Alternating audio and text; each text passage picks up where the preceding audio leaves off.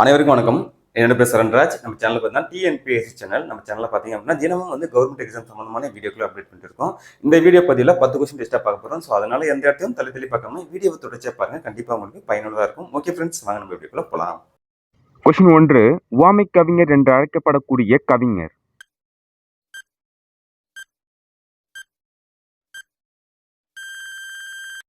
Answer Suratha. உவமை கவிஞர் என்று அழைக்கப்படக்கூடிய கவிஞர் சுரதா. சுரதா பற்றிய குறிப்புகளை பாடப்பகுதியில் இருக்கு. ஸோ அந்த குறிப்புகளை பார்க்கலாம். சுரதா அவர்களுடைய இயற்பெயர் ராஜகோபாலன். சுரதா அவர்கள் பாரதிதாசன் அவர் மீது மிகுந்த பற்று கொண்டவர். பாரதிதாசனின் இயற்பெயர் சுப்புரத்தினம். எனவே தம் பெயரை சுப்புரத்தின தாசன் என்று சுப்புரத்தின தாசன் அதோடைய சுருக்கம் தான் சுரதா. சுரதா அவர்கள் உவமைகளை பயன்படுத்தி கவிதைகள் எழுதுவதில் வல்லவர் என்பதால் உவமை கவிஞர் என்று அழைப்பார். இவர் இயற்றிய நூல்கள் அமுதும் தேனும், தேன்மழை, துறைமுகம் உள்ளிட்ட பல நூல்களை இவர் ஏற்றுள்ளார். கீழே பாருங்களேன், ஒரு 3 வரியில சின்னதா கொடுத்திருக்காங்க பாருங்க. கிளிக்கண்ணி அப்படின்னா என்னதுன்னா, கிளியின் மொழி போன்ற இனிய சொற்களை பேசும் பெண்ணை நோக்கி கூறுவதாக இனிய சந்தத்தில் பாடப்படும் இசைப்பாடல் கிளிக்கண்ணி ஆகும். உவமை கவிஞர் என்று அழைக்கப்படக்கூடிய கவிஞர் சுரதா. கொஸ்டின் 2. தேன்மழை, துறைமுகம், அமுதும் தேனும் உள்ளிட்ட நூல்களை படைத்த கவிஞர்.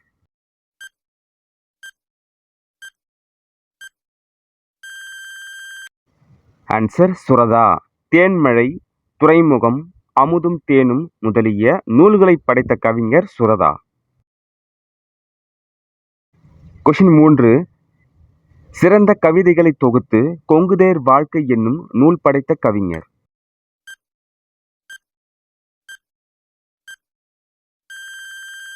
ஆன்சர் ராஜமார்த்தாண்டன். சிறந்த கவிதைகளை தொகுத்து கொங்குதேர் வாழ்க்கை என்னும் நூலை படைத்தவர் ராஜமார்த்தாண்டன். ராஜமார்த்தாண்டன் இவரை பற்றியான அந்த குறிப்புகள் பாடப்பகுதியில் இருக்கு. ஸோ அதை பார்க்கலாம்.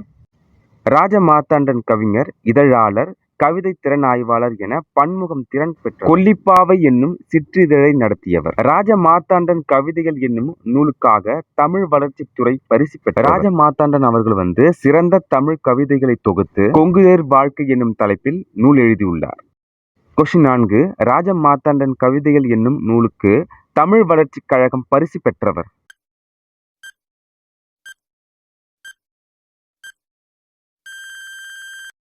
ஆன்சர் ராஜமார்த்தாண்டன். ராஜமார்த்தாண்டன் கவிதைகள் என்னும் நூலுக்கு தமிழ் வளர்ச்சி கழகம் பரிசு பெற்றவர் ராஜமார்த்தாண்டன். கொஸ்டின் 5. கொல்லிப்பாவை என்னும் சிற்றிதழை நடத்தியவர்.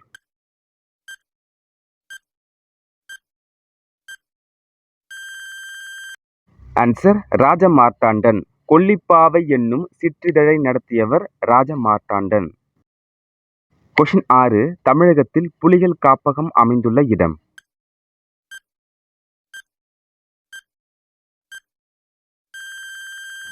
ஆன்சர் முண்டந்துறை.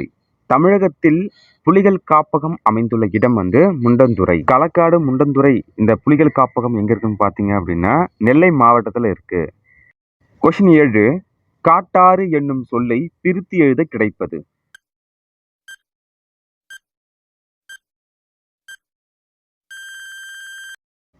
ஆன்சர் காடு கூட்டல் ஆறு, காட்டாறு. கொஸ்டின் 8. தமிழ்நாட்டில் வனக்கல்லூரி அமைந்த இடம்.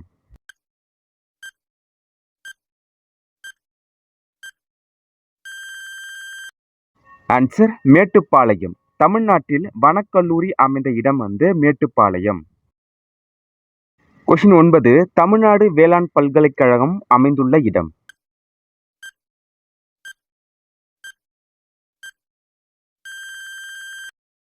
ஆன்சர் கோவை.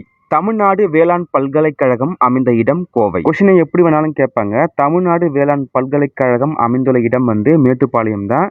ஆனா அது எந்த மாவட்டத்தில் இருக்குன்னா கோவை மாவட்டத்தில் இருக்கு. கொஸ்டின் 10. கேட்கும் ஆற்றலும் மோப்ப ஆற்றலும் மிகுதியாக உள்ள விலங்கு.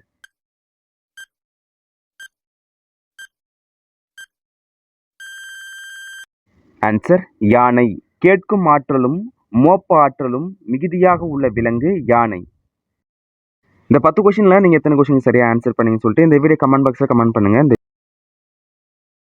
கொஸ்டின் 1. நன்றின்பால் உய்ப்பது அறிவு என்று கூறியவர். ஆன்சர் திருவள்ளுவர். நன்றின்பால் உய்ப்பது அறிவு என்று கூறியவர் திருவள்ளுவர். கொஸ்டின் 2.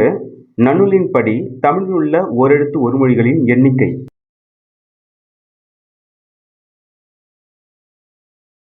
ஆன்சர் 42. நன்னூலின்படி தமிழில் உள்ள ஓரெழுத்து ஒருமொழிகளின் எண்ணிக்கை 42. கொஸ்டின் 3. எழுதினான் என்பது. ஆன்சர் வினை பகுப்பதம். எழுதினான் என்பது வினை பகுப்பதம். கொஸ்டின் 4. பெயர் பகுப்பதம் டேஸ் வகைப்படும். ஆன்சர் 6. பெயர் பகுப்பதம் 6 வகைப்படும். கொஸ்டின் 5. காலத்தை காட்டும் பகுப்பத உறுப்பு. ஆன்சர் இடைநிலை. காலத்தை காட்டும் பகுப்பத உறுப்பு இடைநிலை. கொஸ்டின் 6. ஓரெழுத்து ஒரு மொழியில் உள்ள குறில் சொற்களின் எண்ணிக்கை. ஆன்சர் 2. ஓரெழுத்து ஒரு மொழியில் உள்ள குறில் சொற்களின் எண்ணிக்கை 2. அவை நோ, து. கொஸ்டின் 7. பசு என்னும் பொருள் தரும் சொல். ஆன்சர் ஆ. பசு என்னும் பொருள் தரும் சொல் ஆ. கொடி என்னும் பொருள் தரும் சொல். ஆன்சர் ஈ. கொடு என்னும் பொருள் தரும் சொல் ஈ. ஈன ஈகை. கொஸ்டின் 9. இறைச்சி என்னும் பொருள் தரும் சொல்.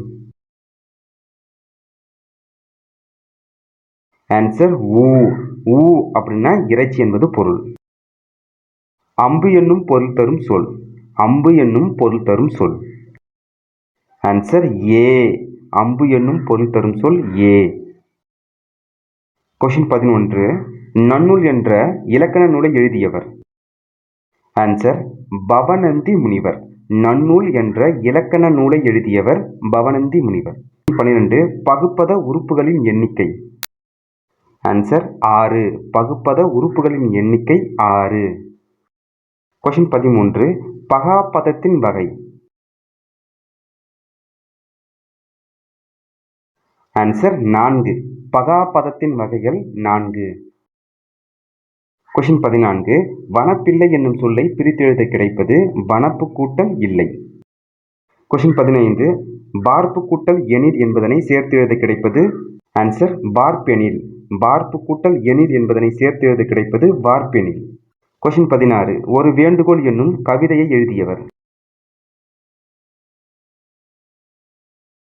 ஆன்சர் தேனரசன். ஒரு வேண்டுகோள் என்னும் கவிதையினை எழுதியவர் தேனரசன்.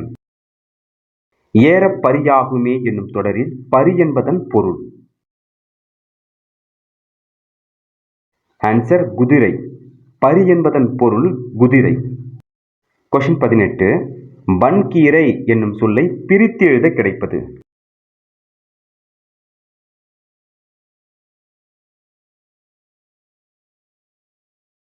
ஆன்சர் வன்மை கூட்டல் கீரை. வன்கீரை என்னும் சொல்லை பிரித்து எழுத கிடைப்பது வன்மை கூட்டல் கீரை. கொஸ்டின் 19. கட்டி கூட்டல் அடித்தல் என்பதனை சேர்த்து எழுத கிடைக்கும் சொல். ஆன்சர் கட்டி அடித்தல். கட்டி கூட்டல் அடித்தல் கட்டி அடித்தல். காளமேக புலவரின் இயற்பெயர். ஆன்சர் பரதன். காளமேக புலவரின் இயற்பெயர் பரதன். மாரி என்பதன் பொருள். மாரி என்பதன் பொருள். ஆன்சர் மழை. மாரி என்பதன் பொருள் மழை. கொஸ்டின் 22. பழமொழி 400 நூலின் ஆசிரியர். ஆன்சர் முன்னுரை அரையனார். பழமொழி 400 நூலின் ஆசிரியர் முன்னுரை அரையனார். பழமொழி 400 டேஸ் நூல்களில் ஒன்று. பழமொழி 400 டேஸ் நூல்களில் ஒன்று. ஆன்சர் 18 கீழ்கணக்கு. பழமொழி 400 18 கீழ்கணக்கு நூல்களில் ஒன்று. கொஸ்டின் 24. திருநெல்வேலி டேஸ் மன்னர்களோடு தொடர்புடையது. ஆன்சர் பாண்டிய. திருநெல்வேலி பாண்டிய மன்னர்களோடு தொடர்புடையது. கொஸ்டின் 25. இளங்கோவடிகள் டேஸ் மலைக்கு முதன்மை கொடுத்து பாடினார். ஆன்சர் பொதிகை மலை. இளங்கோவடிகள் பொதிகை மலைக்கு முதன்மை கொடுத்து பாடினார். திருநெல்வேலி டேஸ் ஆற்றின் கரையில் அமைந்துள்ளது.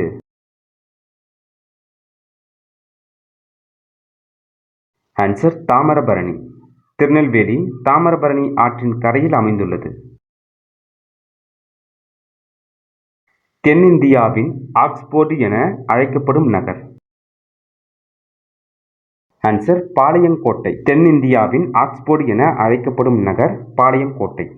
வணிகம் நடைபெறும் பகுதியை டேஸ் என வழங்குதல் பண்டைய மரபு. ஆன்சர் பேட்டை. வணிகம் நடைபெறும் பகுதியை பேட்டை என வழங்குதல் பண்டைய மரபு. பாண்டியர்களின் இரண்டாவது தலைநகர்.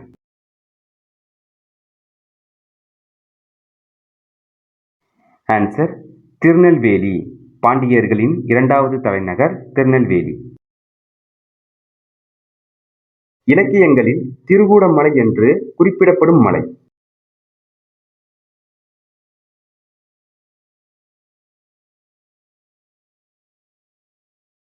ஆன்சர் குற்றாலமலை. இலக்கியங்களில் திருகுடமலை என்று குறிப்பிடப்படும் மலை குற்றாலமலை. கொஸ்டின் 31. ஓடை கூட்டல் எல்லாம் என்பதனை சேர்த்து எழுத கிடைக்கும் சொல். ஆன்சர் ஓடையெல்லாம். ஓடை கூட்டல் எல்லாம் ஓடையெல்லாம். மலையருவி என்னும் நூலை தொகுத்தவர்.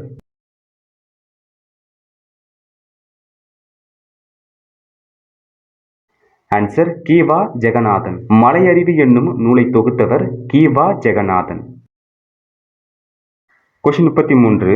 நாட்டுப்புற பாடல்களை டேஸ் என்றும் வழங்குவர். ஆன்சர் வாய்மொழி இலக்கியம். நாட்டுப்புற பாடல்களை வாய்மொழி இலக்கியம் என்றும் கூறுவர். சிவந்த ஒளி வீசும் சக்கரத்தை உடையவர்.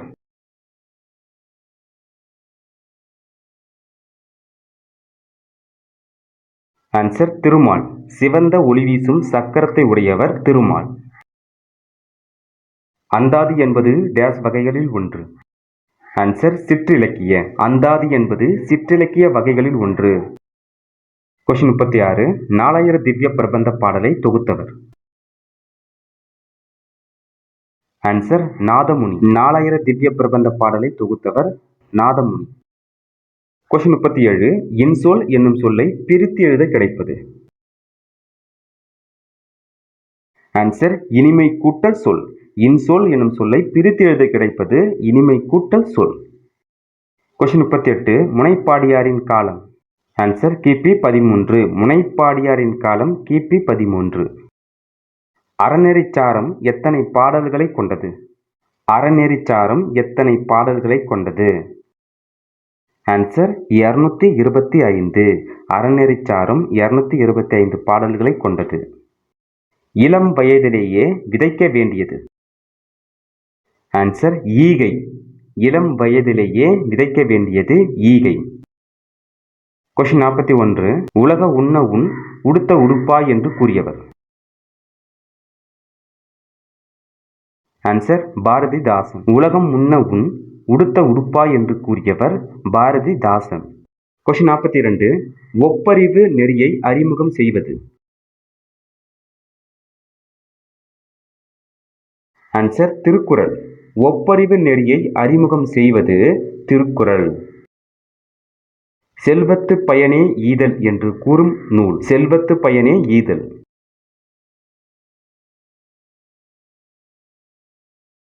ஆன்சர் புறநானூறு. செல்வத்து பயனே ஈதல் என்று கூறும் நூல் புறநானூறு. தேவைப்படுவோர் அனைவரும் தண்ணீர் எடுத்து குடிப்பதற்கு உரிமை உடையது.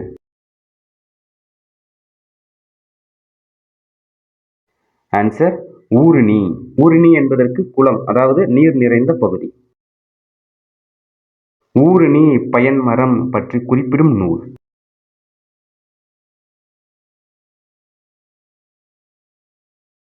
ஆன்சர் திருக்குறள். ஊருணி பயன்மரம் பற்றி குறிப்பிடும் நூல் திருக்குறள். வாழ்க்கையின் கருவி. வாழ்க்கையின் கருவி. ஆன்சர் பொருள். வாழ்க்கையின் கருவி பொருள். கொஸ்டின் 47. ஊருணியை அகழ்ந்தவன். ஆன்சர் மனிதன். ஊருணியை அகழ்ந்தவன் மனிதன். செல்வத்து பயன் டேஸ் வாழ்க்கை. ஆன்சர் ஒப்பறிவு. செல்வத்து பயன் ஒப்பறிவு வாழ்க்கை. கொஸ்டின் 49. ஒரு பொருளை விளக்க மற்றொரு பொருளை உவமையாக கூறுவது. ஆன்சர் உவமை அணி. ஒரு பொருளை விளக்க மற்றொரு பொருளை உவமையாக கூறுவது உவமை அணி.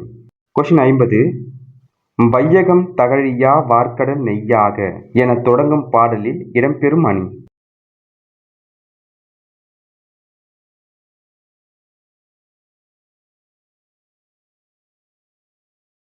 ஆன்சர் உருவகம்.